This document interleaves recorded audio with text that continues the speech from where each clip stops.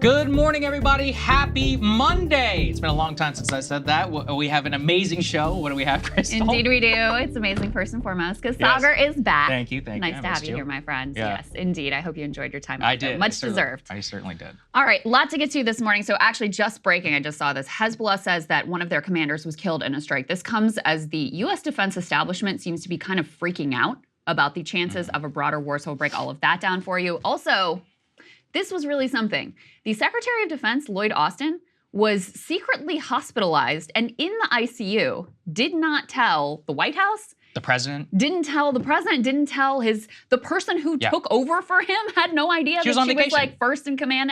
Crazy story. And apparently he's still hospitalized. So we'll break that down for you. We've got Obama freaking out about Biden's reelection prospects and trying to intervene.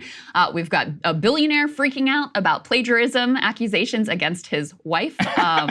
Lots to say about that one. We'll talk about it. Saagar is taking a look at that horrifying situation on an airplane where the whole door blew out. Thank God everybody was safe, but it has grounded, again, a number of planes.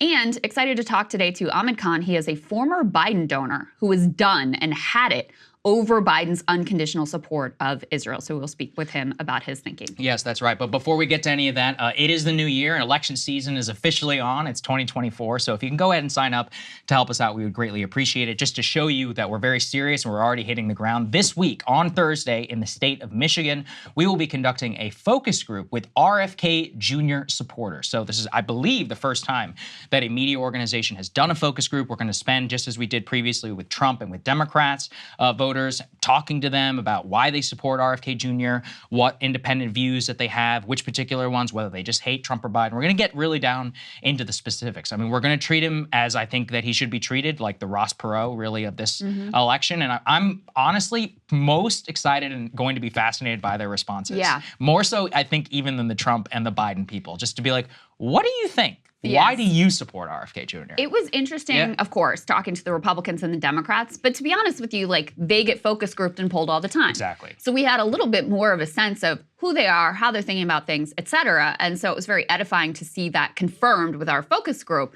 But, you know, I really have a lot of interest in who are the people who are saying, I'm with RFK, how strong is their support? Do they consider themselves former Democrats, Republicans? Where are they on the political spectrum? A lot to get into. So super excited about that. So if you're able to support us on that front, it would be fantastic. And like Saagar said, the Iowa caucuses are freaking next week. Next week. We're already planning. We got our New Hampshire plans. Like, we're ready to go. Wild. Yeah. So it is all upon us. All right. So speaking of things that are upon us, let's go ahead and put this first element up on the screen. As I just mentioned, Hezbollah is saying one of their top commanders was killed in a strike in southern Lebanon. And this comes as the U.S. defense establishment is leaking furiously to the press about their concerns that what is happening right now in the Middle East with our unconditional support could spark a broader war that draws us into it. This was a really quite bombshell report from the Washington Post. Israel's talk of expanding war to Lebanon alarms the U.S.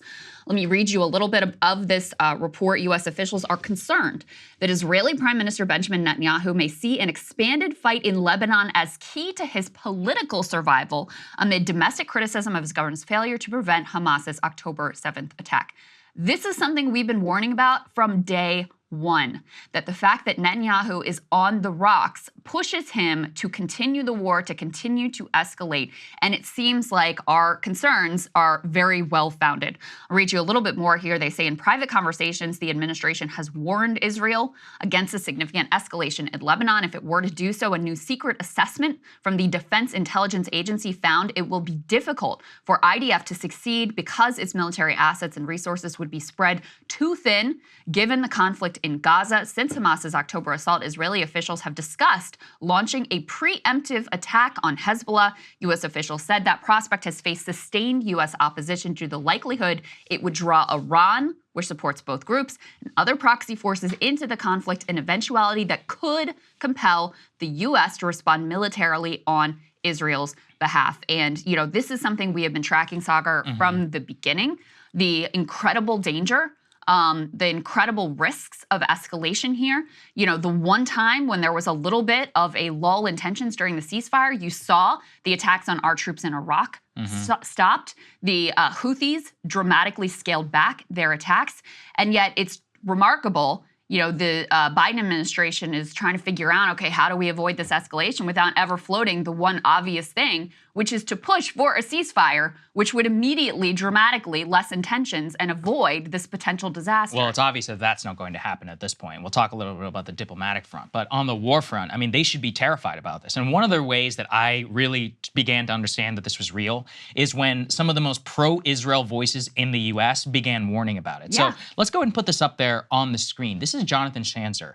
I'm going to contextualize him a little bit for it, which is Schanzer works at the Foundation for Defense of Democracies, which is basically one of the largest pro-Israel, anti-Iran think tanks here in the United States and in Washington. They quite literally are funded by the Israeli government. So when they start warning, we should definitely take listen. Let's keep this up here so I can read it. He says, in the aftermath of the IDF strike that killed Hamas leader Saleh al-Aruri in Lebanon and the subsequent increase in the intensity of Hezbollah attacks, the risk of a full war between Israel and Hezbollah is now the most serious since the war began on October 7. Let's go to the next one here, please. He says that the Israeli media is now openly speaking about a two-front war. Nasrallah, the leader of Hezbollah, has now told Shia residents of southern Lebanon, vacate to the north. Netanyahu has now hinted that Nasrallah could be next. The U.S. wants to prevent such a war. This was a reason that we dispatched the carrier group to the Mediterranean. Officials are now leaking that Israel cannot afford such a war. Israel is not standing down, nor is Hezbollah, as evidenced now by continued strikes. I will say this, a war between Israel and Hezbollah is inevitable. These are his words. He says Israel's northern residents will not return until the security situation has changed,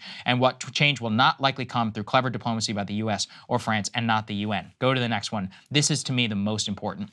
He says, it now becomes a question of when, not if. My sense is that Israel notches a few high-value kills of Hamas leaders in Gaza. The leadership may then be willing to look north, but make no mistake, a war in the north will be highly destructive. The worst war that Israel has seen ever, and the destruction is only part of it. International pressure will escalate. The Iranians could escalate too. This would be a regional war. Very difficult decisions lie ahead. Mistakes can be easily made. All eyes on Israel's northern front. So when a pro-Israel voice, I mean, this entire groups, exists specifically to defend Israel and to advocate for war with Iran. We actually have interviewed people from FDD in the past over on Rising. I think it was after the Soleimani strike, and he was one of the people who was defending it. So the context in all of this to be seen here is that the battle space, quote unquote, for in the internet and in the war of opinion is now playing out. The Biden administration doesn't want this to happen, but it's pretty clear to me that the Israelis do. I mean, that quote that from the Washington Post article of the Israeli defense minister,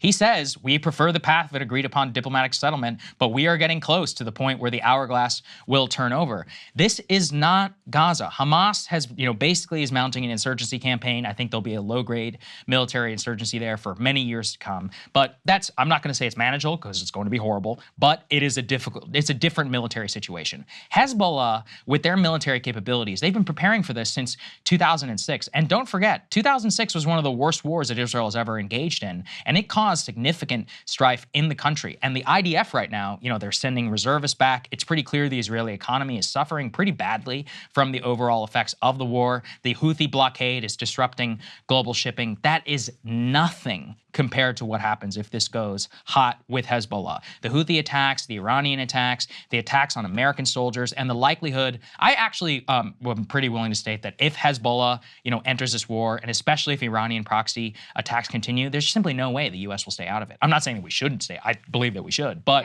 there's just, given the current environment, given the political situation, the Biden administration, and our number of thousands of troops in the Middle East, if you attack us, then what is it? There's no other choice that I think a lot of us face. So this is a very, very dangerous moment, especially 2 months now into the war. Absolutely. I don't think it's ever been more fraught and dangerous and more clear, the escalatory track that we're already on, than it is right now at this moment. There was another report. Huffington Post has actually done some good reporting on Israel's assault on Gaza. Let's put this up on the screen. Branko Marcetic was tweeting about this. He says, all U.S. war games, this is from the Huffington Post report, show an Israeli-Lebanon war, quote, escalating into something terrible.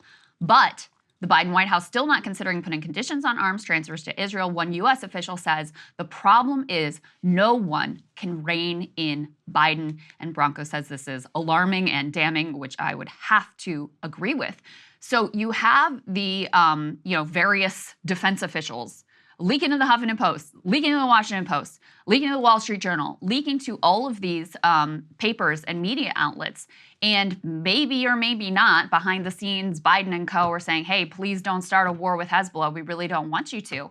But there is zero indication that they're actually willing to do anything to use U.S. leverage to try to prevent an outcome which they know would be completely disastrous. And so it's just yet another emblem of the completely pathetic and impotent direction of U.S. policy. And, to be honest with you, does Biden, what is his actual view of the risks here? Does he really understand the actual risks here? I have no idea. But at this point, given the months we've had of, U.S. actions being unconditional support, we're going to bypass Congress, we're going to bypass our normal State Department procedures to ship weapons into the region, we're going to tell them absolutely no red lines, and then we're going to have these little comments about how we're concerned about civilians, et cetera. I mean, at this point, we have to say all of that is nonsense. They actually completely support what Israel is doing with regards to Gaza. With this, do they support it? Do they not support it? I have no idea. But what I can tell you is they're not doing anything to forestall the possibility that we get dragged directly into this thing, whether we want to or not. Yeah, that's right. On Israeli media, they're already talking about some of the effect of what this war will look like. Let's take a listen to this. This was from I-24 News inside of Israel. Hezbollah has claimed to struck a very strategic Israeli Air Force facility, that is a radar facility of the Israeli Air Force on Mount Meron. That sort of a radar facility is the one that enables the Israeli Air Force to control all of its aerial activity in the north, like we saw perhaps in that strike in Beirut last week, and so many other Israeli airstrikes in the region. I can also remind you and our viewers that just prior to the October 7th attack, Hamas has struck so many of Israel's surveillance systems, the cameras and other more advanced facilities,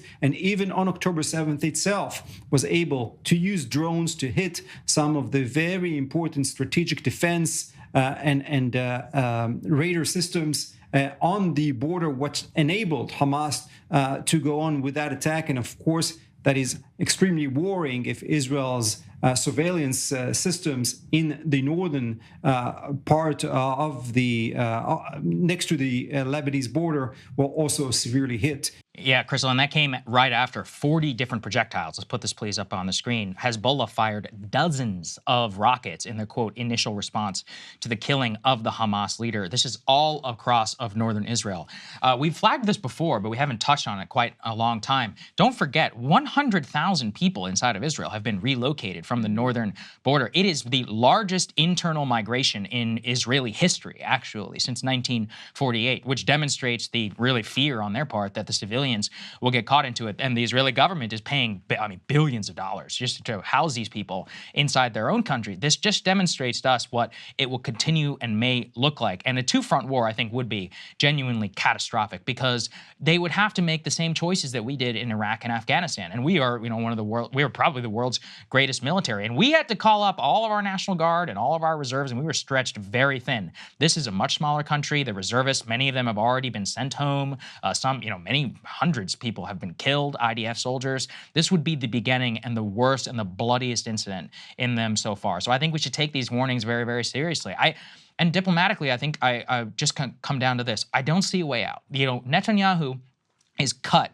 He's stuck so between, Ben Gvir and Smotrich. And these guys are openly dissing America in public, which you guys did a great job of covering, being like, hey, we're a different, you guys are a friend, but you're not, where Israel is not the 51st state. I'm like, yeah, I agree. We shouldn't treat you as one. And yeah, we're more like their extra state. Exactly. The way we act. It's interesting. Loyalty runs one way. Right? Who's the client state in this relationship? Contemplate. It's just like Ukraine and Saudi Arabia and all these other people. It's like we're apparently just, we cut the checks and we have too much, we don't have enough pride to actually stand up for ourselves. Separate that, though. politically inside Netanyahu, this is a good thing for him. His right-wing coalition is the only thing keeping him into power. They want war with Hezbollah. They're openly going out and they're saying it. So this would also stave off any more questions of the longer we get away from October 7th, it's no longer about October 7th. Yeah. It's just like Iraq, and it would just drag things on for longer and longer. The real question is about the Israeli public, and we haven't seen polling yet, though, to that effect. At a certain point, though, polling doesn't matter. If we see a series of, escalatory strikes, this thing could go hot in just a matter of days. It only takes one facility struck, then you strike another person, and that's it. A ship goes down, and then we're in a totally different situation. Well, here's the other thing, is that the truth of the matter is, as horrific as the Israeli assault on Gaza has been for Palestinians living in Gaza, it has not been that successful. Correct. In terms of getting Yahya Sinwar, who, is like the big name that they were supposed to be going after. They haven't succeeded in that. They're claiming that they've basically, not eliminated Hamas in northern Gaza, but they've, severely degraded their fighting capabilities. But Hamas is still taking out top Israeli military officers in northern Gaza. So is that even accurate?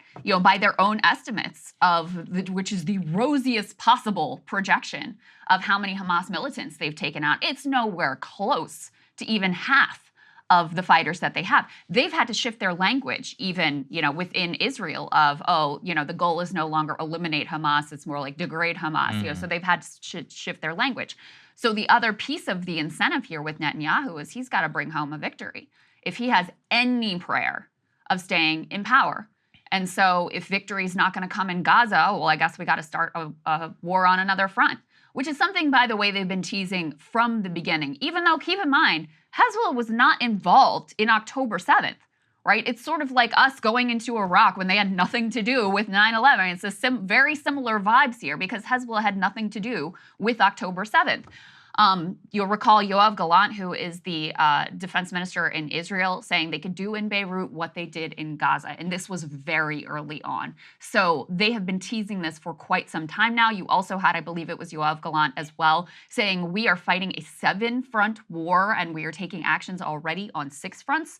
So in some ways, this, in some manners of speaking, this is already underway. And just to underscore that video that we showed you a moment ago, that analyst on an Israeli news channel, senior editor of I-24 News, he was talking about the fact Hezbollah, they've acknowledged now, the IDF has acknowledged, Hezbollah was able to inflict severe damage on this Israeli base, this important strategic Israeli base pretty close to the Lebanon border. They were able to inflict severe damage. They have significantly more military capability than Hamas. I mean, it's not comparable at all. So you already see the escalatory chain. You had these tit for tat, attacks between Hezbollah and Israel. That's been going on for some time. Then you have Israel target and assassinate a top Hamas leader in the suburbs of Beirut. That was a huge escalation. Then in response, you have Hezbollah able to inflict severe damage on the Israeli airbase. And now this morning we get the word that Israel has been able to kill a top Hezbollah commander. So you can see the way that this is already building, and U.S. hand-wringing is not going to do a damn thing unless we actually are willing to back it up with some actions. Speaking of that, speaking of our impotence in this whole conflict, our feigned impotence, I should say, pretending like, oh, there's nothing we can do and we're doing our best, Antony Blinken is back in the region. I believe that this is his 4th time traveling there since October 7th. Let's put this up on the screen. He was meeting with various leaders in the region, and King Abdullah of Jordan warning Antony Blinken, Secretary of State, that there would be catastrophic ramifications if the war in Gaza does continue. This is a full readout of their meeting in Amman. Yashar Ali tweeted this out. His Majesty King Abdullah, during a meeting on Sunday with U.S. Secretary of State Antony Blinken, warned of the catastrophic ramifications of the continued war on Gaza, stressing the need to end the tragic humanitarian crisis in the Strip. This goes on. At the meeting attended by His Royal Highness, His Majesty stressed the important role of the U.S. in pushing towards an immediate ceasefire in Gaza, protection of civilians, while guaranteeing the sustainable delivery of sufficient humanitarian and relief aid to the Strip. The King reaffirmed there will be no stability in the region without a just solution to the Palestinian issue and a just and comprehensive peace on the basis of a two-state solution, His Majesty expressed Jordan's rejection of the forced displacement of Palestinians in the West Bank and Gaza, something that many Israeli politicians at this time have been pushing for, which constitutes a clear violation of international law. The king also reiterated Jordan's rejection of attempts to separate Gaza and the West Bank, as they are both part of the Palestinian state. And Saagar, we also had two Democratic senators, it was Chris Van Hollen and someone else, I'm blanking on who the other person was, who were just in the region as well. And they're calling out Israel for blocking aid delivery and imposing this insanely cumbersome process that makes it impossible to get anywhere close to sufficient aid into Gaza. This at a time when, the UN is reporting half of Gazans are starving and 90% are regularly going full days without eating anything.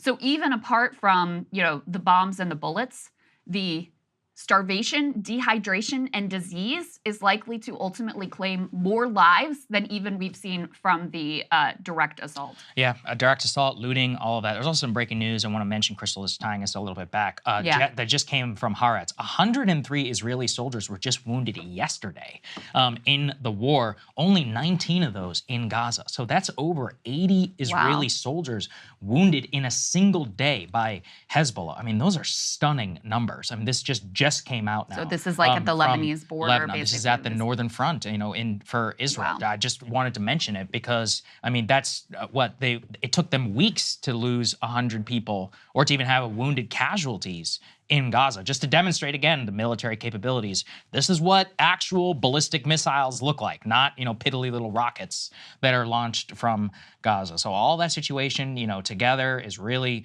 really terrifying. We have this last piece we can put up here about the escalating attacks between the U.S. and the Houthis. They say the U.S. seeks to contain the Iranian proxies as concerns about a wide Middle East war is breaking out are increasing. And honestly, this policy has been a failure. I've been watching from afar to watch. I mean, we've watched the vast majority of traffic that was supposed to go through the Red Sea now divert around the Horn of Africa. The big problem with that is that it costs a lot of money, and all of us are the ones who are going to be paying for it. So congratulations, inflation is almost certainly going to be back. This is a devastating blow, actually, to the European economies. This was an easier way for a lot of them to get goods. The Chinese and others are going to be going around in different ways, but this level of disruption to global shipping is absolutely unprecedented. We have not seen anything like it since the Russian invasion, and before that, honestly, we had not seen anything like that in decades. Maybe the Suez Crisis. Yeah, well, the Houthis are very clear about why they're doing this. It is in direct response to Israel's assault on Gaza and our enabling of that, by the way. And they actually put out a statement saying, listen, we're actually upholding, the Genocide Convention, which obligates you not only to not commit genocide, but to take actions to prevent genocide. They say, hey, that's what we're up to here. That's why we're taking these actions that we're taking. So again, you have this long CNN report, defense officials leaking to them, freaking out about the risk and the possible broader war. And nowhere in it do they indicate there's a very clear direction to go in to stop and to cease these hostilities and to, eliminate the risk that this blows up into some larger conflict. And that's a ceasefire. That's to push for a ceasefire. Nowhere is that reported in the press. They don't put that context in whatsoever that, we're trying to pull this coalition together. It's like a new coalition of the willing. But it fell apart completely. It did. Right. There were countries that initially joined that backed out. We never really had significant regional participation. Bahrain, that was the only regional country that participated at all. People didn't want to be associated with it. And so it really has been yet another humiliating failure for the U.S. here in terms of their attempt to deal with it. I want to spend just a few moments on this because I've seen a lot of people like, let's bomb them. And look, I'm not above bombing. You kill an American soldier, you target a U.S. flagship, we should bomb the hell out of you. Here's the issue. The Saudis have carpet bombed Yemen to kingdom come. Right. What happened? The Houthis won. They won the war. That's right. So it's like,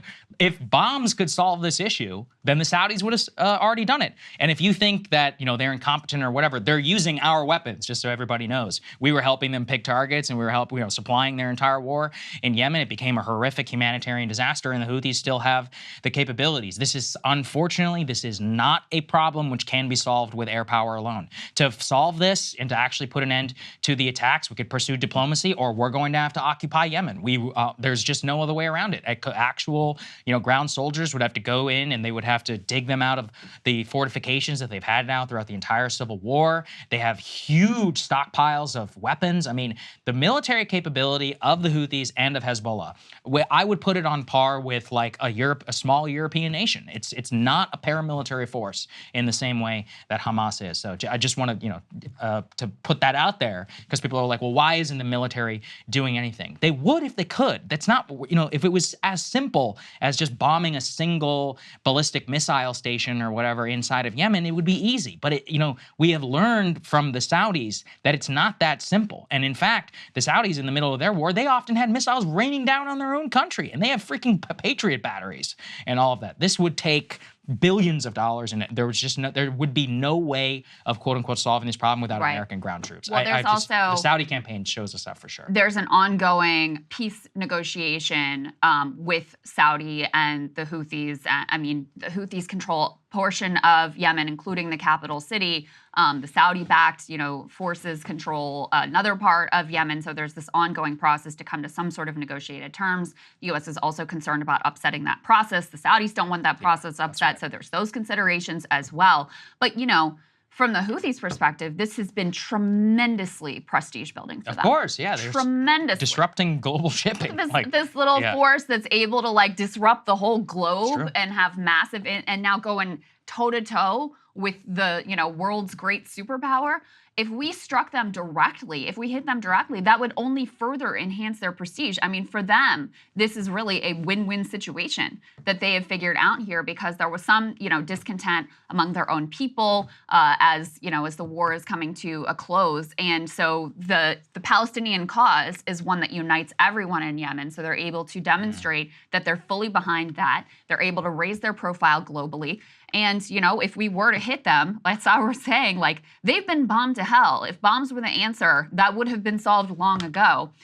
I just want to come back finally, and then we'll move on to some of the information that's come out about the way the media is reporting on all of this conflict, that there is a very simple way for this to end, and that's through a ceasefire. And then, the Houthis have made it clear this is their beef. They will stop messing with the Red Sea if you have a ceasefire. The attacks in Iraq, those will stop if there's a ceasefire. The escalation with Hezbollah, if there's a ceasefire. So there is a very clear direction we should be going in if we are concerned about these things, and more bombs and more aircraft carriers and more hand-wringing to the Washington Post is not going to solve the problem. I unfortunately think you're probably right, and I don't see a situation, but I mean, the political wins in Israel are just so far, beyond that until something really truly breaks here in Washington, which I think we're still a very, very long way away from, this is the more likely path. And it is Biden. I mean, it's very clear now that even his top defense officials seem very unhappy with the direction things are going, and this really does come down to when they're conscious and not in the ICU. We'll get to that. More on that later. Hey guys, if you like that video, go to breakingpoints.com, become a premium subscriber, and help us build the best independent media organization on the planet. That's right. We're subscriber funded. We're building something new. We want to replace these failing mainstream media organizations. So again, to subscribe, it's breakingpoints.com.